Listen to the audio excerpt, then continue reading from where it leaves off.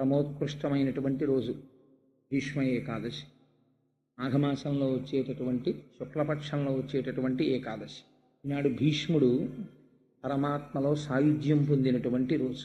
నాకు కలిగినటువంటి పాపం ఏ విధంగా పోతుంది అని బాధపడుతున్నటువంటి సమయంలో ధర్మ సూక్ష్మాలు తెలుసుకోవడం కోసమని కురుక్షేత్రంలో అంపశయ్య మీద పడుకునున్నాడయా మహానుభావుడు భీష్ముడు. అక్కడికి వెడదాం పదా అని కృష్ణ భగవానుడు ధర్మరాజుని తీసుకుని వెళ్ళినప్పుడు ధర్మములను ఉపదేశం చేసి ఆయన అనంత బ్రహ్మమునందు కలిసిపోయినటువంటి సంఘటన మాత్రమే వివరించారు. అప్పుడు కృష్ణ భగవానుడిని ఆయన చేసిన స్తోత్రం. ఏకాదశి వ్రతం చాలా గంభీరమైన వ్రతం. అందుకే లోకంలో పెద్దలు ఏం చెప్తారంటే, స్వామి పుష్కరిణీ స్నానం, సద్గురోహపాద సేవనం, ఏకాదశి వ్రతం చాపి త్రయం అత్యంత దుర్లభం. ఈ మూడు చెయ్యలేరు అని చెప్తారు. ఎందుకు చెయ్యలేరు? స్వామి పుష్కరిణీ స్నానం, అక్కడికి వెడతాడు, ఆనందనయం చుట్టూ 100 మార్లు తిరుగుతాడు, కానీ పుష్కరిణిలో స్నానం చేద్దామన్న ఊహ వాడికి రానే రాదు. సద్గురోహ పాదసేవనం, సద్గురువు పాదములు పట్టుకునే అవకాశం ఇవ్వడు. ఎందుకు ఇవ్వడు? ఒక్కటే కారణం, నాకు అసలు కాళ్ళ నొప్పులే ఉండవంటాడు. ఆయన అసలు కాళ్ళు పెట్టించుకోవడం ఆయన జన్మాంతరంలో ఆయన చేయడు. కాబట్టి అసలు గురువుగారి కాళ్ళు బట్టి అదృష్టం నీకు ఎప్పుడు వస్తుంది? నువ్వు ఆయన కాళ్ళు నెప్పిడితే కదా నువ్వు వెళ్ళి పట్టుకోవడానికి. కాబట్టి ఆయన కాళ్ళు పట్టుకునే అదృష్టం ఉండదు. సద్గురోహ పాదసేవనం, ఏకాదశి వ్రతం చాపి, ఏకాదశి వ్రతము చెయ్యలేడు. ఎందుకు చెయ్యలేడో తెలుసా అండి? మీ అబ్బాయికి ఉద్యోగం వస్తుంది, సత్యనారాయణ వ్రతం చెయ్యి, చేస్తాడు. మీ అమ్మాయికి పెళ్ళి అవుతుంది, వ్రతం చెయ్యి, చేస్తారు. నువ్వు చచ్చిపోయేటప్పుడు ఈశ్వరుడు గుర్తొస్తాడు, చచ్చిపోయేటప్పుడు ఎలా ఉంటుందో అలా ఊహించుకుని వ్రతం చేయి అంటే, ఇప్పుడు వద్దులేండి తర్వాత చేస్తానంటే. ఏకాదశి వ్రతం ఎందుకు చేయిస్తారో తెలుసా అండి? ఉపవాసం, అన్నం తినకూడదు. అన్నం తినకపోవడం కాదు, అన్నాన్ని పచనం చెయ్యడానికి కావలసిన సంభారములను స్పృశించి పచన ప్రయత్నమునందు నిమగ్నము కాకూడదు. అంటే ఏకాదశి నాడు ఉపవాసం ఉండి ద్వాదశి నాడు కాకరకాయ పులుసు పెట్టి వండుకుందామా, వేపుడు చేసుకుందామా అని ఆలోచించకూడదు. ద్వాదశి పాలన కోసం ఏకాదశి నాడు కాయగూరలు తరుక్కోకూడదు. ద్వాదశి నాటికి పనికొస్తుందని ఇవాళ పప్పు నానపోయకూడదు. అంటే అసలు మీ శరీరమును పోషించుకోవడానికి కావలసిన ఏ పనిని ఏకాదశి నాడు చేయకూడదు. నిర్జలోపవాసం ఎందుకు చేయిస్తారో తెలుసా అండి? మనుష్యులలో 199 మంది తెలిసే వెళ్ళిపోతారు. అకస్మాత్తుగా అనాయాసంగా వెళ్ళడం మహాదృష్టవంతులకి తప్ప జరగదు. సాధారణంగా 199 మంది వెళ్ళే మార్గం ఏమిటంటే, రెండిటిని ఎండగట్టి పంపుతారు. ఒకటి నీరివ్వరు, 2 అన్నం పెట్టరు. ఎందుకని అంటారేమో, తీసుకెళ్ళి ఎక్కడ పడుకోబెడతారు ఇంటెన్సివ్ కేర్ యూనిట్లో. వాడి కర్మ అంతా ఎక్కడొస్తుందంటే ఇక్కడ ఒక గొట్టం పెడతారు, ఇందులోంచి ఏం పోయిరు, ఇందులోంచి ఎక్కిస్తారు. దీంతో ఏం తాకూడదండి అంటారు, దీంతో ఏమీ తినకూడదండి అంటారు. ఇందులోంచి వెళ్ళిందే ఆహారం, ఇందులోంచి వెళ్ళిందే పానీయం. ఫోన్లేండి, ఇప్పుడు మాకు వచ్చిన నష్టం ఏమిటి, ఏదో ఒకటి ఎక్కుతోందిగా చచ్చిపోంగా అంటారేమో. ఓ 8 బెడ్స్ వేస్తారు అక్కడ. అకస్మాత్తుగా వీడికి పెటిడ్రిన్ ఇంజెక్షన్ ఇచ్చి వీడు పడుకుని ఉంటే 11ంటికి గొళ్ళుమని ఏడుపు వినపడుతుంది. 3వ బెడ్ మీద వాడిని స్ట్రెచ్చర్ మీద బయటికి తీసుకెళ్ళిపోతుంటారు. వీడికి గుండెలు గుబక్కుమంటాయి. 11 మంచాలు ఉండేవి, 3వ మంచం వాడు వెళ్ళిపోయాడు. వీడు 8వ మంచం వాడు అయితే పర్వాలేదు, వీడు 1, 2 అయ్యాడు అనుకోండి. వీడి కర్మే. నేను చూశానండి, నేను యథార్థంగా చూశాను ఒక హాస్పిటల్లో. నేను దీన్నేమి హాస్యంగా చెప్తున్నానని మీరు అనుకోకండి. 3 మంచాలలో మధ్య మంచం ఆయన వెళ్ళిపోయాడు. నేను చూస్తున్నా, ఎవరో కాదు మా బంధువే. ఏడుస్తుంటే డాక్టర్లు అన్నారు, అమ్మ ఇక్కడ ఏడవకూడదు, నిశ్శబ్దంగా తీసుకెళ్ళి బయట ఏడవండి అన్నారు. ఎందుకంటే వాళ్ళు వెళ్ళిపోతారు, గట్టిగా ఏడిస్తే ఏడవకూడదన్నారు. నిజమే అది. వాళ్ళు అప్పటికే, నేను వెళ్ళిపోయిన వాడిని చూడటం లేదు, 1, 3 మంచాల వాళ్ళని చూస్తున్నాను. వాళ్ళు వీడు వెళ్ళిన మార్గం మూసుకుపోవుగాక అని వాళ్ళిద్దరు అలా చూస్తున్నారు. వీడు అదే వ్యాధితో జాయిన్ అయిన వాడికి ఎంత భయంగా ఉంటుందండి. గబాలను గోనుగుడలో బారేసి దగ్గర చేసి పట్టుకెళ్ళిపోతున్నారు బయటికి. పట్టుకెళ్ళిపోతుంటే ఆ బయటికి తీసుకెళ్ళిన తర్వాత ఇలా కిటికీలోంచి చూస్తే ఏం చేస్తున్నారో అన్నీ కనపడుతున్నాయి. కనపడుతుంటే వీడికి ఎలా ఉంటుంది, వీడి పరిస్థితి ఎలా ఉంటుంది? నాన్న రామకృష్ణ అనుకో ఇప్పుడు, అంటే నీ మొహం ఇట్లా ఎక్కడంటానంటో, తినలేడు, తాగలేడు, బయటికి వెళ్ళలేడు, తింటే తప్ప తాగితే తప్ప నిద్ర పట్టడం అలవాటుగా చేసుకుని ఉన్నవాడు కడుపు నిండా తింటే కనుబడిపోతుంది.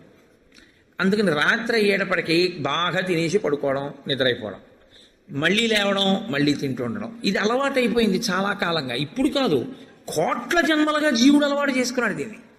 ఇప్పుడు తినకుండా తాగకుండా ఈశ్వరుణ్ణి నామం కూడా చెప్పు, ఇంతకన్నా క్లేశం ఇంకోటి ఏముంటుందండి? తినద్దంటే క్లేశం, తాగద్దంటే క్లేశం. పోనీ తినద్దు తాగండం, తాగద్దు తినండం. తినద్దు తాగద్దని ఊరుకోడు భగవన్నామని చెప్పమంటాడు. తినద్దనేటప్పటికే ఏమవుతుందంటే ఏకాదశి నాడు ఉపవాసం చేయండి అన్నాను అనుకోండి, ఇంకో దోశ ఇవాళ తినేద్దామంటే రేపంతా ఉపవాసం అంటే. కాబట్టి తినద్దు అంటే భయం, తాగద్దు అంటే భయం. తినద్దు తాగద్దు అని ఊరుకోరు. భగవన్నామని చెప్పేటప్పుడు మనసును అలా ఈశ్వరుని యందు నిలబెట్టు అంటారు. ఇప్పుడు ఈ మూడు సాధించడం మీ పిల్లల కోసం కాదు, మీ భర్త కోసం కాదు, భార్య కోసం కాదు. ఎవరి కోసం? ఎవరికి వారి కోసం. ప్రతి పక్షంలోనూ ఒకసారి ఈ ఎక్సర్సైజ్ చేస్తే, ఈ వ్యాయామం చేస్తే, ప్రతి పక్షంలోనూ ఒకసారి రిహార్సల్ వేస్తాడు. వెళ్ళిపోయేటటువంటి పద్ధతిని ఊహ చేస్తాడు. ఏమీ తినడం, ఏమీ తాగడం, ఈశ్వరుణ్ణే స్మరిస్తూ ఉంటాడు. ఇప్పుడు ఇది క్లేశపడిపోతూ ఉంటుంది. మనసుని మాత్రం ఈశ్వరుని ఎందే పెట్టుంచుతాడు. ఇది బాగా అలవాటైపోయింది. ఆ రోజు వచ్చేసింది. తినకూడదు, తాగకూడదు, ఈశ్వరుడి మీద మనసు పెట్టాలి. అభ్యాసం కూసి విద్య కదూ, నిలబెట్టేస్తాడు. నిలబెట్టేస్తే ఏమయ్యాడు? ఆఖరి ఊపిరిలో కూడా ఆయన పేరు చెప్తూ వెళ్ళిపోతాడు. మరి డాక్టర్లు ఉన్నారు కదండి మీరు అనొచ్చు, 1,000,000 మంది వైద్యులు కూడి వచ్చినా కానీ మరణమయ్యేది వ్యాధి మాన్పలేరు. చచ్చిపోయే వాళ్ళందరూ డాక్టర్లు లేక చచ్చిపోయారు అనుకోకండి. ఈశ్వరుడు ఆయుర్దాయం ఇవ్వాలనుకుంటే డాక్టర్ రూపంలో అనుగ్రహించగలడు అంతే. ఈశ్వరుడు ఇచ్చినవాడు. కాబట్టి ఏకాదశి వ్రతానికి ఉన్న ప్రధాన ప్రయోజనమేమి? అది మృత్యువుని వచ్చినప్పుడు ఎలా ఉంటుందో తత్సంబంధమైనటువంటి తర్ఫీదు మనసుకు ఇచ్చుట. అందుకే ఏ వ్రతానికి చెప్పండి ఏకాదశి వ్రతం చాపి త్రయం అత్యంత దుర్లభం అని ఎందుకంటారో తెలుసా అండి? అసలు నువ్వు అలా ఊహ చేస్తూ కూర్చుని సిద్ధంగా ఉండడం పావుగంట చెయ్యలేవు. ఓ వారం ఓ పక్షంలో చేసి అయ్యి బాబోయ్ అలా మళ్ళీ ఏకాదశి వచ్చేస్తే మళ్ళీ అలా ఊహిస్తూ అలా ఉండాలంటే భయంగా ఉందండి, ముక్కోటి ఏకాదశి చేసేస్తానండి అంటే. మామూలు ఏకాదశి నాడు మీరు ఉపవాసం చేసేటప్పుడు పండు కాని, కాయ కాని, అథవా కాసిన పాలు కాని తాగితే ఉపద్రవం ఏం రాదు, దానికి దోషం పట్టదు శాస్త్రం. ఎందుకంటే శాస్త్రం ఉపవాసం మీద చర్చ చేస్తుంది. ఉపనిషత్తుల్లో విషయం ఉంది, వేదంలో ఆ విషయం ఉంది. ఎప్పుడెప్పుడు ఉపవాసం ఎలా చెయ్యాలి అన్నది ఉంది. ఆదివారం నాడు కానీ, పౌర్ణమి నాడు కానీ, అమావాస్య నాడు కానీ రాత్రి ఉపవాసం మాత్రమే చెయ్యాలి. పగటిపూట ఉపవాసం చేయకూడదు. ఆదివారం నాడు రాత్రి ఏమీ తినకూడదు. పౌర్ణమి నాడు రాత్రి ఏమీ తినకూడదు. అమావాస్య నాడు రాత్రి ఏమీ తినకూడదు. ఆ ఉపవాస నియమం అక్కడ వరకే. పగటిపూట మీరు భోజనం చేసినా పలహారం చేసినా శాస్త్రం అడ్డురాదు. సాధారణంగా శాస్త్రం ఏం చెప్తుందంటే 2 పర్యాయములు తీసుకోమని చెప్తుంది. 2 పర్యాయములు తీసుకోవచ్చు. కానీ ఇక రాత్రి వేళ తినకూడదు. అష్టమి తిథి, చతుర్దశి తిథి, ఈ 2 తిథుల్లో పగటి వేళ తినకూడదు, రాత్రి వేళ తినాలి. పగటి వేళ ఏమీ తినకుండా ఊరుకుని నక్షత్ర దర్శనం అయిన తర్వాత మాత్రం భోజనం చేయొచ్చు. అది ఒక్క అష్టమి చతుర్దశి తిథులకు. కాబట్టి ఈ తిథులలో ఉపవాసాలకి, వారములలో ఆదివారం ఉపవాసాలకి, ఎందుకంటే వారాలు అన్ని యుగాల్లో లేవు, కలియుగంలోనే వారాలు. మీరు రామాయణాన్ని చూస్తే రామాయణంలో వారాలు ఉండవు. కాబట్టి వార నియమం ఎవరికి వచ్చిందంటే ఒక్క కలియుగంలోనే వచ్చింది. కలియుగంలో ఆదివారమే ఉపవాసం ఎందుకు పెట్టారో తెలుసా అండి? ఆరోగ్యం భాస్కరాది చేత్. ఆరోగ్యము సూర్యభగవానుడి యొక్క అనుగ్రహంతో నిలబడుతుంది. సూర్యభగవానుడు అధిదేవతగా కలిగినటువంటి రోజు, ఆయన యొక్క తేజస్సు ఎక్కువగా పరిపుష్టమయ్యే రోజు భానువారము, ఆదివారం. అటువంటి సూర్యభగవానుని యొక్క అనుగ్రహం కలగాలి అంటే ఆదివారం నాడు ఉపవసించాలి. ఉపవసించుట అన్న మాటని మీరు ఎప్పుడు 2 కోణాల్లో అర్థం చేసుకోవాలి.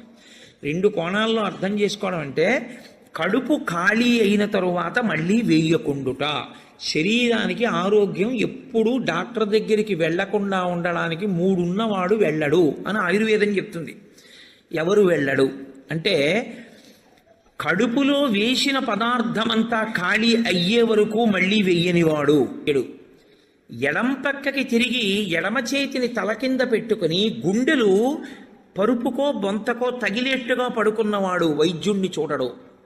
కడుపులోకి పదార్థం వెయ్యకపోవడమే విషంగా మారిపోయి శరీరాన్ని పడగొట్టగలిగిన వ్యాధి ఏదైనా సంక్రమించి ఉంటే, అంటే ఒక షుగర్ పేషెంట్ అనుకోండి, ఆయన అలా ఉండిపోయాడు అనుకోండి, ఫాస్టింగ్లో పడిపోతుంది, కోమాలోకి వెళ్ళిపోతాడు. అప్పుడు ఆయన పదార్థాన్ని శరీరం నిలబెట్టుకోవడానికి కావలసినంత పదార్థాన్ని లోపలికి పంపినా ఆయన ఉపవాసం చేసిన వాడే. 8 సంవత్సరముల లోపు వాళ్ళు 80 సంవత్సరములు దాటిన వారు ఉపవాసమును చేయరాదు. ఉపవాసమును చేయరాదు అంటే పదార్థమును విసర్జించి ఉండరాదు.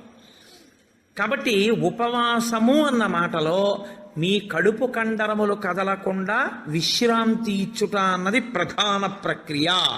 కానీ ఇవాళ భీష్మ ఏకాదశి పర్వదినాన్ని పురస్కరించుకుని నేను కించిత్తు స్వేచ్ఛ తీసుకుంటున్నాను. అందుచేత మహాభారతము, దేవీ భాగవతము, ఇతర గ్రంథాల్లో ఉండేటటువంటి భీష్ముని యొక్క చరిత్రని ఒక చోటికి క్రోడీకరించి దాన్ని ఒక్కసారి ఆవిష్కరించే ప్రయత్నం చేసి చిట్ట చివర భీష్మస్థుతిలోకి వచ్చేస్తాను. అప్పుడు భాగవతంలో ఉన్నటువంటి విషయాన్ని పూర్తి చేసినట్టు ఉంటుంది, ఇవాల్టి రోజున వినవలసినటువంటి విషయం ఏదో అది విన్నట్టు ఉంటుంది. ఏది వినడం చేత ఇవాళ మనం తరిస్తామో, ఏ మహాపురుషుడి యొక్క జీవితాన్ని మనం వినాలో అది వివరించే ప్రయత్నాన్ని చేస్తాను. గొప్ప మాట చెప్పాడో చూడండి, ఇదే ఆఖరు పద్యం భీష్ముడిది. ఆయన అంటాడు, ఒక సూర్యుండు సమస్త జీవులకు తానొక్కొక్కడైతోచు పోలిక ఏ దేవుడు సర్వకాలము మహాలీలం నిజోత్పన్న సస్య కదంబంబుల హృత్సరోజములన్ నానా విధానో రూపకుడై ఒప్పుచునుండు నట్టి హరినే ప్రార్థింతు నశ్రాంతమున్. ఎటువంటి ఉపమానం వేశాడో చూడండి. ఒక సూర్యుండు సమస్త జీవులకు తానొక్కొక్కడైతోచు పోలిక ఏ దేవుడు సర్వకాలము మహాలీలన్. ఒకే సూర్య భగవానుడు ఆకాశంలో వెలుగుతూ ఉంటాడు. నేను చూసి అంటాను సూర్యోదయం అయిపోయింది అంటాను. నా భార్య అంటుంది, అడుగో సూర్యుడు వచ్చేసాడు అంటుంది. ప్రతివాడికి ఒక్కొక్క సూర్యుడిలా కనపడుతుంటాడు, కానీ ఉన్నదొక్కడే సూర్యుడు. నిజోత్పన్న సస్య కదంబంబుల హృత్సరోరుహములన్ నానా విధానో రూపకుడై ఒప్పుచునుండు నట్టి. ఇదే పొద్దున్న స్వామీజీ అన్నారు, ఇదే మంగళత్వం. అనేకములుగా కనపడుతుంటాడు, కానీ ఉన్నది మాత్రం ఒక్కటే పదార్థం. అనేకములుగా కనపడి ఒక్కడిగా ఉండి ఇంతమందికి ఇంతమంది సూర్యులులా కనపడిన వాడు ఉన్నదొక్కడే సూర్యుడైనట్టు, అంతటా వ్యాపించిన వాడు ఒక్కడే అయిన పరమాత్మ ఎవరున్నారో ఆయన పాదార విందముల యందు నా మనస్సు నిలబడుగాక అని అంతటా వ్యాపించి ఉన్నటువంటి విష్ణు భగవాను ఆరాధన చేసి చిట్ట చివర బొటనవేలు దగ్గర నుంచి ప్రాణాల్ని లాగేసి అష్టమి నాటికి హృదయమునందు నిక్షేపించి అట్టే పెట్టాడు. ఆఖరణ విష్ణు భగవాను ఎదురుగుండా చూస్తూ భీష్ముడు చూశాడు. మనం కూడా ఇక్కడ చూడగలగాలి నేర్చుకుని. అప్పుడు మొదలుపెట్టి విశ్వం విష్ణుర్వషత్కారో భూత భవ్య భవత్ప్రభు భూతకృద్భూత భృద్భావో భూతాత్మా భూత భావన. ఎంత గొప్పవాడో చూడండి. అప్పుడు ఆ పంజరం మీద పడుకొని అప్పటికి ఎన్నాళ్ళైపోయిందో ఆ దేహం మాత్రమే మిగిలింది. బొటన వేలు దగ్గర నుంచి యోగ విద్యతో తీసేశాడు ప్రాణాల్ని, హృదయమునందు నిక్షేపించి ఉంచాడు. ఆఖరణ కృష్ణ పరమాత్మని ఆపాదమస్తకం చూస్తూ విష్ణు సహస్రనామ స్తోత్రం చెప్పి ఆఖరణ వనమాలి గదీశాంగీ శంఖీ చక్రీ చనందకి శ్రీమాన్ నారాయణో విష్ణుర్వాసుదేవోభిరక్షతు. నన్నా వాసుదేవుడు రక్షించుగాక అని ఆఖరణ స్వామినే తలుచుకుంటూ హృదయములో ఉన్నటువంటి తేజస్సు ఒక్కసారి పరబ్రహ్మమునందు కలిసిపోయింది. కలిసిపోయిన తర్వాత భీష్ముడు శరీరం విడిచిపెట్టేశాడు అని తెలిసి ధర్మరాజాదులు తీసుకెళ్లి ఆ శరీరాన్ని అగ్నియందు నిక్షేపించి అంతిమ సంస్కారాన్ని పూర్తి చేశారు. అటువంటి భీష్మాచార్యుల వారికి ఒక్కరికి మాత్రమే మనుష్యలోకమునందు ఒక మర్యాద ఉంది. ఏమిటో తెలుసా అండి? ఎప్పుడూ ధర్మమును ఆచరించిన మహాపురుషుడు కనుక మానవాళి తల్లిదండ్రులు ఉన్నవారు కూడా భీష్మ ఏకాదశి నాడు తప్పకుండా ఒక పని చేయవలెను. ఏమది? తలస్నానం చేసి భీష్మాచార్యుల వారికి తర్పణ ఇవ్వాలి. తర్పణ ఇవ్వనటువంటి వాడు కృతఘ్నుడు. భీష్ముడికి తర్పణ ఇచ్చి తీరాలి, నాకు కూడా అటువంటి ధర్మము కలుగుగాక అని. తల్లిదండ్రులున్నా సరే దోషం లేదు, భీష్ముడికి ఇవ్వాలి తర్పణ, ఇచ్చి తీరాలి ప్రతివాడు. అటువంటి భీష్మ ఏకాదశి మహాపర్వదినం. అందుకని ఇవాల్టి రోజున ఆ భీష్మ స్తుతిని చెప్పుకొని భీష్ముడి యొక్క జీవితాన్ని, ఆయన చరిత్రని ఒక్కసారి చెప్పుకుందాం. ఇంత పరమపావనమైన వేళ ఇటువంటి అసుర సంధ్య రోజున అది చెప్పుకుంటే మన జీవితాలు సార్థకత చెందుతాయని ప్రసంగాన్ని ఇవాల్టి రోజు చేశాను, భీష్మస్తుతి. రేపటి రోజు ద్వాదశి. మనకి భాగవతంలో ఒక నియమం ఉంది, ధ్రువోపాఖ్యానము అని ఒక ఉపాఖ్యానం ఉంది. మిగిలినవి ఎప్పుడైనా వినొచ్చు. కొన్నింటికే కొన్ని నియమాలు ఉంటాయి. అందులో అన్నిటికన్నా చాలా గొప్ప నియమం ఏమిటో తెలుసా అండి? మీరు క్రతువు చేసేటప్పుడు ఒక పుణ్యదినం నాడు ఒక వ్రతం చెయ్యమంటే మీ మనస్సు అక్కడ ఉండొచ్చు, ఉండకపోవచ్చు. కానీ భాగవతం అంటుంది, కొన్ని కోట్ల కోట్ల కోట్ల జన్మల తర్వాత ఎప్పుడో ఎవడో ఒక్క మనుష్యుడు మాత్రమే ఈశ్వరుడి అనుగ్రహం ఎవరు పొందారో వాడు మాత్రమే ద్వాదశి నాడు ధ్రువోపాఖ్యానాన్ని వింటున్నాడు. ఒక్క సూర్యుడే ప్రకాశిస్తూ ఉంటాడు. కానీ ఆ ఒక్క సూర్యుడే ఎవరు చూస్తే వాళ్ళకే ఒక సూర్యుడిలా కనబడుతుంటాడు. నాకు అదిగో సూర్యుడు అంటారు, నమస్కారం చేస్తారు. పక్కన ఉన్నవాడికి ఆయన సూర్యుడు. ప్రతి వాళ్ళకి నేను చూస్తున్న సూర్యుడు అనుకుంటూ ఉంటాడు. ఎవరికి వాళ్ళకి నేను చూస్తున్న సూర్యుడు అనిపించినట్టే ఈ లోకంలో ఉన్నటువంటి సమస్త జీవుల యొక్క హృదయ పద్మముల యందు ప్రకాశించేటటువంటి ఆ పరమేశ్వరుడే రాశీభూతమై ఇదిగో ఇక్కడ కృష్ణ భగవానుడుగా నిలబడున్నాడు. ఆయన ముఖార విందమును చూస్తూ ఆయనకి నమస్కరిస్తూ ప్రాణోత్క్రమణమై నేను ఆయనలో కలిసిపోతున్నానని తన తేజస్సుని కృష్ణ పరమాత్మలో కలిపి భీష్మాచార్యుల వారు మహానుభావుడు ధన్యుడయ్యాడు. ఎక్కడెక్కడ భీష్మస్తుతి వింటారో అక్కడక్కడ కృష్ణానుగ్రహం కలుగుతుంది. అంత గొప్ప స్థితి. అందున ప్రాణోత్క్రమణ సమయంలో కృష్ణ పరమాత్మ యొక్క ముఖార విందాన్ని చూస్తూ భీష్ముడు చేసినటువంటి స్తోత్రం. ఆయన ఒక మాట అంటాడు, ఈ పద్యం బాగా జ్ఞాపకం పెట్టుకోవలసినటువంటి పద్యం. భీష్ముడి దగ్గరికి వెళ్ళి చెప్పారు ప్రాణోత్క్రమణానికి ముందు, అయ్యా ఉపపాండవులందరూ చచ్చిపోయారు, అశ్వత్థామ చంపేశాడన్నాడు. ఆయన అన్నాడు, రాజట ధర్మజుండు సురరాజసుతుండట ధన్వి శాస్త్రమోద్వీజకమైన గాంధీవము విల్లుయట సారథి సర్వభద్ర సంయోజకుడైన చక్రియట ఉగ్రగదాధరుండు భీముడయ్యాజికి తోడువచ్చునట ఆపద కల్గుటకేమి చిత్రమో. ఎంత గొప్ప పద్యం అండి. ఆయన అన్నాడు, ఏమయ్యా ఆపద వచ్చిందా పాండవులకి? ఆపద అన్న మాటకు అర్థం అదే. రాజట ధర్మజుండు, ఇప్పుడు దుర్యోధనుడు కాడు రాజు, ధర్మరాజు గారే రాజు, ఎందుకంటే శత్రువులందరూ చచ్చిపోయారు. సురరాజసుతుండట ధన్వి, సాక్షాత్తుగా దేవేంద్రుడి యొక్క కుమారుడు అర్జునుడు. శాస్త్రవోద్వేజకమైన గాంధీవము విల్లుయట, శత్రువుల్ని చంపేయడానికి ఉపయోగపడేది కాదు గాంధీవం అంటే. కేవలం గాంధీవమునకు కట్టబడినటువంటి వింటినారిని టంకారం చేసినంత మాత్రం చేత కొన్ని వేల మంది నెత్తురుకోకు చచ్చిపోతారు. విరాట పర్వంలో గాంధీవం యొక్క వైభవాన్ని వర్ణిస్తారు. అంత గొప్ప గాంధీవాన్ని పట్టుకుంటాడు. ఆయనకి సారథ్యం చేసేవాడు సారథి సర్వభద్ర సంయోజకుడైన చక్రియట, సుదర్శన చక్రాన్ని చేతిలో పట్టుకుని లోకములన్నింటినీ కాపాడేటటువంటి కృష్ణ పరమాత్మ సారథి. అటువంటి వాడికి ఉగ్రగదాధరుండు భీముడై యాజికి తోడువచ్చునట. చాలా కోపంతో గదాదండాన్ని పట్టుకుని గిరగిరా తిప్పుతూ తిరిగేటటువంటి భీమసేనుడు ఆయనకి తోడొస్తూ ఉంటాడు. ఇలాంటి వాళ్ళందరూ అక్కడుంటే వాళ్ళ పిల్లలందరూ ఒక్క రాత్రి ఓ పరికి మాలిన వాడి చేతిలో చచ్చిపోయారంటే ఏమనుకోవాలి? ఆపదకల్ గుటకేమి చిత్రమో. ఇటువంటి ఆపదలు వచ్చాయంటే ఏమనుకోవాలి? కాలోహి బలవాన్ కర్త సతతం సుఖదుఃఖయోహో నరాణం పరతంత్రాణం పుణ్యపాపానుయోగత అంటాడు వ్యాసుడు దేవీ భాగవతంలో.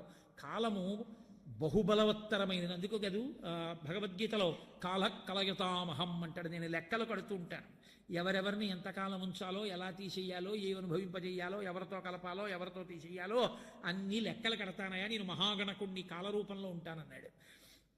ఎంత చిత్రమో చూశారా అన్నాడు. అంటే మనం పైన ఎన్ని రక్షణ సాధనములను పెట్టుకున్నామని అనుకున్నా ఈశ్వరుడు ఆపద రావడాన్ని అంగీకరిస్తే ఆపగలిగిన మనగాడు ఈ లోకంలో లేడు. ఈశ్వరానుగ్రహం ఉందా? కడుపులో ఉండి బ్రహ్మాస్త్రం చేత దహింపబడుతున్నవాడు కూడా రక్షింపబడతాడు. కాబట్టి ఆపద కల్గుటకి ఏమి చిత్రమో. భాగవతంలో ఈ పద్యాలు వింటే మనకి ప్రతి చిన్న విషయానికి మనసు పెద్దగా కదిలిపోయేటటువంటి లక్షణం ఉండదు, స్థిరంగా నిలబడుతుంది. ఓ ఈశ్వరుడు ఒకడు ఉన్నాడు, వాడి సంకల్పం అని. కాబట్టి ఏమి భాగవతం అవుతుంది 10 రోజుల్లో, ఏమి ఘట్టాలు అవుతాయి, 8:30 అయిపోయింది. వేరొక్క ఘట్టాన్ని ప్రస్తావన చేసి ఇవాళ ఉపన్యాసాన్ని పూర్తి చేసేస్తాను. ఆ పుట్టినటువంటి పరీక్షిత్తు పెద్దవాడయ్యాడు, కృష్ణ పరమాత్మ శరీరాన్ని విడిచిపెట్టేశారు. అంటే ఆ మాట ముందు ఎందుకు చెప్పవలసి ఉంటుందంటే, భాగవతంలో ఇది చెప్పకపోతే పరీక్షిత్తు భాగవతం వినడం మొదలు పెట్టడం కుదరదు. కాబట్టి మళ్ళీ కృష్ణలీలలు వస్తాయి, కృష్ణుడు పుట్టడం అవి వస్తాయి, కంగారు పడిపోకండి, కృష్ణుడి శరీరం విడిచిపెట్టారు. కాబట్టి కృష్ణుడి యొక్క నిర్యాణం అయిపోయింది. పాండవులందరూ భారమైనటువంటి హృదయ స్థితిని పొందారు. ధర్మరాజు గారు, ఇతర పాండవులు, ద్రౌపదీదేవి స్వర్గారోహణ పర్వంలో శరీరాన్ని విడిచిపెట్టేశారు. శరీరాన్ని విడిచిపెట్టే ముందు పరీక్షిత్తుని సింహాసనం మీద కూర్చోబెట్టి పట్టాభిషేకం చేశారు. మహాధర్మాత్ముడు పరీక్షిత్ తన తాతలు ఎలా పరిపాలన చేశారో అలా పరిపాలన చేసేటటువంటి స్థితి కలిగిన వాడు గొప్ప కృష్ణ భక్తుడు. అటువంటి వాడు రాజ్యాన్ని పరిపాలన చేస్తున్నాడు. పరిపాలన చేస్తున్నటువంటి కాలంలో ఒకానొకప్పుడు ఆయన రాజ్యమంతా విజయయాత్ర చేసి వేటాడి వెడుతున్నాడు. వేటాడేటప్పుడు పోతన గారు ఒక చమత్కారమైన మాట అన్నారు. వేటాడినటువంటి పరీక్షిత్ అన్నిటినీ వేటాడాడు, కానీ చంద్రుడిలో ఉన్నటువంటి మృగాన్ని ఒక్కదాన్ని వదిలిపెట్టాడు అన్నారు. అంతా వేటాడాడు. చిత్రం ఏమిటంటే, ఆయన తిరుగుతున్నప్పుడు ఆయనకు ఒక ఆశ్చర్యకరమైనటువంటి సందర్భం కనపడింది. ఒక ఆవు ఒకటి ఏడుస్తోంది, దానికి దూడ లేదు. దూడలేని ఆవు ఏడుస్తోంది. దాని ఎదురుగుండా ఒక ఎద్దు నిలబడి ఉంది. ఆ ఎద్దుకి ఒక్క కాలు మీదే ఉంది. ఆ ఎద్దు 3 కాళ్ళు లేవు. అసలు ఒంటి కాలు మీద ఎద్దు నిలబడడం అన్నది మీరు ఊహించనే లేదు, అంత కష్టం ఎద్దు శరీరానికి. అది ఒక్క కాలుతో నిలబడింది. నిలబడితే ఈ ఆవు ఏడుస్తూ ఆ ఎద్దుని పలకరిస్తోంది. భూమాత గోమాతగా రూపాంతరం చెందింది. భూమియే గోవుగా నిలబడింది, ధర్మమే వృషభంగా నిలబడింది. ఇప్పుడు ఈ భూమాత ఆ గోమాతతో అంటే భూమి ధర్మాన్ని అడుగుతోంది. ఈ లోకంబున పూర్వము 4 పాదముల నీవు నడతవు, శ్రీలలనీశుడులేమిని కాలముచే నీకు ఒంటి కాలయ్యకదే అంటే, ఈ లోకంలో పూర్వం నువ్వు 4 పాదాలతో నడిచావు. ధర్మమును ఎద్దుగా సంకేతించినప్పుడు ధర్మానికి ఉండేటటువంటి 4 పాదాలే సత్యము, శౌచము, దయ, తపస్సు 4. ఇందులో 3 పాదాలు పోయాయి. 3 పాదాలు పోయాయి అంటే ఎందుకు పోయాయి ధర్మము అంటే, 3 పాదములు ఒక్కొక్క గుణం చేత నశించిపోయాయి. తపస్సు దేని చేత నశించిపోయింది అంటే, ఎప్పుడూ తపస్సు చేసేటటువంటి వాళ్ళు నేను గొప్పవాణ్ణి అన్న మాట చెప్పించుకోకూడదు. అలా చెప్పించుకున్న కారణం చేత కలియుగంలో తపస్సు భ్రష్టమైపోయింది. రెండవది శౌచం. ప్రతి విషయాన్ని పట్టించుకునేటటువంటి లక్షణం రావడం వల్ల సంగము చేత శౌచము పోయింది. ఇక దయ. దయ ఎందుకు నశించిపోయింది అంటే, ప్రతి వారి యందు ఏదో ఒక కారణానికి అహంకారం పెరిగిపోయి దయ నశించిపోయింది. ఇక మిగిలినది సత్యం ఒక్కటే. సత్యము మార్పు చెందనది పరమాత్మ. అందుకని ఆ ఒక్క పాదంతోనే ఆ గోవు నిలబడింది. అందుకని ఆ ఆవు చూసింది, ధర్మం ఎంతకాలం ఉంటుందో అంతకాలం భూమి భరించగలదు. ధర్మం లుప్తం అయితే బరువు అన్న మాట లోకంలో ఉండేటటువంటి జనుల వలన జంతువుల వలన కాదు. ధర్మం నశించిపోతే భూమికి బరువు. ధర్మం ఉంటే ఎంతమంది ఉన్నా భూమికి బరువు కాదు. అందుకని శ్రీలలనేశుడులేమిని కాలముచే నీకు ఒంటి కాలయ్య కదే.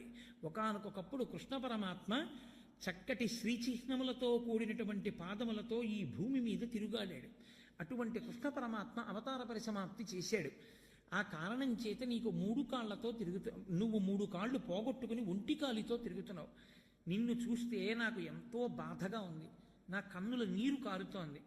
నిన్ను ఆ ఒక్క కాలుతో కూడా ఉండకుండా చెయ్యడం కోసమని ధర్మమునకు కట్టుబడిన వారిలా నటించేటటువంటి వారు పట్టి ఆ కాలు కూడా తెగ్గొట్టేస్తారని ఏడుస్తున్నాను. నీకు 3 కాళ్ళు లేవు అని నీ గురించి ఏడవట్లేదు, నీకు 3 కాళ్ళు పోయాయి అని నేను ఎందుకు ఏడుస్తున్నానో తెలుసా? నీకు ఈ 3 కాళ్ళు పోయిన కారణం చేత రాబో కాలంలో ఎవరెవరు ఏది భరించాలో దాన్ని వదిలేస్తారు. మొట్టమొదట భరించవలసినటువంటి వాడు భర్త భార్యని భరించాలి. కానీ ఆయన భార్యని విడిచిపెట్టి అన్య స్త్రీ యందు మనసుని లగ్నం చేస్తాడు. ఇది ధర్మవైక్లభ్యం వల్ల వచ్చేటటువంటి మొట్టమొదటి లక్షణం. భర్త భార్యని వదిలిపెడతాడు. తల్లిదండ్రుల్ని పోషించవలసినటువంటి కర్తవ్యం ఉన్న పిల్లలు తల్లిదండ్రుల్ని పోషించరు. ప్రజల్ని రక్షించవలసినటువంటి ప్రభువులు భోగలాలసులై తిరుగుతారు తప్ప ప్రజల గురించి పట్టించుకోరు. యజ్ఞయాగాది క్రతువులు విమర్శింపబడి యజ్ఞయాగాది క్రతువులు జరగవు. హవిస్సులు ఇచ్చేవాళ్ళు ఉండరు కాబట్టి దేవతలకి హవిస్సు అందదు కాబట్టి దేవతలు ప్రీతి చెందరు కాబట్టి వర్షాలు పడవు కాబట్టి లోకంలో ఉండేటటువంటి సమస్త జీవజాలము ఆకలితో అలమటిస్తుంది. నీళ్లు దొరక్క బాధపడతారు. నీరు దొరకకపోతే మళ్ళీ ధర్మం నాశమే. ఎందుకో తెలుసా అండి? అసలు ధర్మము అన్న మాట ఎక్కడుంటుందంటే సంధ్యావందనం దగ్గర. సంధ్యావందనం చెయ్యాలి అంటే ఉండవలసినవి ఏవీ అక్కర్లేదు, నీళ్లే కావాలి. ఆచమనం చేసి అర్ఘ్యం ఇవ్వద్దు. ఆ అర్ఘ్యమే శత్రువులను పడగొడుతుంది. లోకంలో సూర్యోదయం కాకుండా చేసేటటువంటి శత్రువులను పడగొట్టేది అర్ఘ్యజలమే. ఆ అర్ఘ్యం ఇవ్వడానికి నీళ్లు ఉండాలి. నీళ్లే లేకపోతే ఇంకా సంధ్యావందనాలు ఏవి? సంధ్యావందనాలు లేకపోతే ఆసురీ శక్తుల ప్రబలం. కాబట్టి నీరు ఉండదు. ఇటువంటి స్థితి వస్తుంది. అందుచేత ఇప్పుడు నీకు 3 పాదములు లేని కారణం చేత దేవతలకు, ఋషులకు, పితృదేవతలకు, నాకు, నీకు, నానావర్ణాశ్రమములకు, గోవులకు బాధయనుచు కుందెదననగా అన్నాడు. ఈ 7 బాధపడుతుంటారు. కలియుగం రాబోతోంది. అప్పటికి ద్వాపర యుగం పూర్తయిపోతోంది. ఇంకా ఈ 7 ఎప్పుడు నిత్యము క్షోభ పొందుతారు. ఎవరంటే దేవతలకు. ప్రతివాడు దేవతల్ని విమర్శించేవాడే. తెలిసి తెలియని ప్రతివాడు దేవతల్ని ధిక్కరించి జీవించేవాడే. ఒక్కడు హోమం చేసేవాడు ఉండడు, యజ్ఞం చేసేవాడు ఉండడు, యాగం చేసేవాడు ఉండడు, హవిస్సిచ్చేవాడు ఉండడు. వేదానికి గౌరవం క్షీణించిపోతుంది. కాబట్టి దేవతలకు, పితృదేవతలకు కష్టపడి కని పెంచి పెద్ద చేసి ఎంతో ప్రయోజకుణ్ణి చేసి తన శరీరం కూడా వాడి చేతులలో పెట్టినటువంటి అగ్నిహోత్రం చేత కాలిపోవాలనుకున్నటువంటి తండ్రి శరీరాన్ని విడిచిపెట్టిన రోజు జ్ఞాపకం పెట్టుకుని అన్నదమ్ములందరూ కలిపి తద్దినం పెట్టేటటువంటి రోజు కూడా పోతుంది. దేశం యొక్క గౌరవాన్నంతటినీ నువ్వు ఒక బట్టలో చూసి నమస్కారం చేస్తున్నావు పతాకానికి. నిన్ను కన్న తండ్రి కాపాటి గౌరవం లేదా? నిన్ను కన్న తల్లి కాపాటి గౌరవం లేదా? వాళ్ళకి తద్దినం పెట్టవలసిన అవసరం లేదా? ఆ కడుపున పుట్టిన వాళ్ళ మధ్య ఎన్ని విభేదాలైనా ఉండొచ్చు. మీ అన్నకి 50 ఏళ్ళు వచ్చాయి, మహా బతికితే ఇంకో 20 ఏళ్ళు బతుకుతాడు. 70 ఏళ్ల కన్నా బతుకుతాడనే నమ్మకం ఏం లేదు. ఇంకొక 20 ఏళ్ళు బతికితే ఏడాదికి అన్న తమ్ముడు కలిసి మాట్లాడుకునేటటువంటిది మహా అయితే 5 రోజులు ఉంటుంది.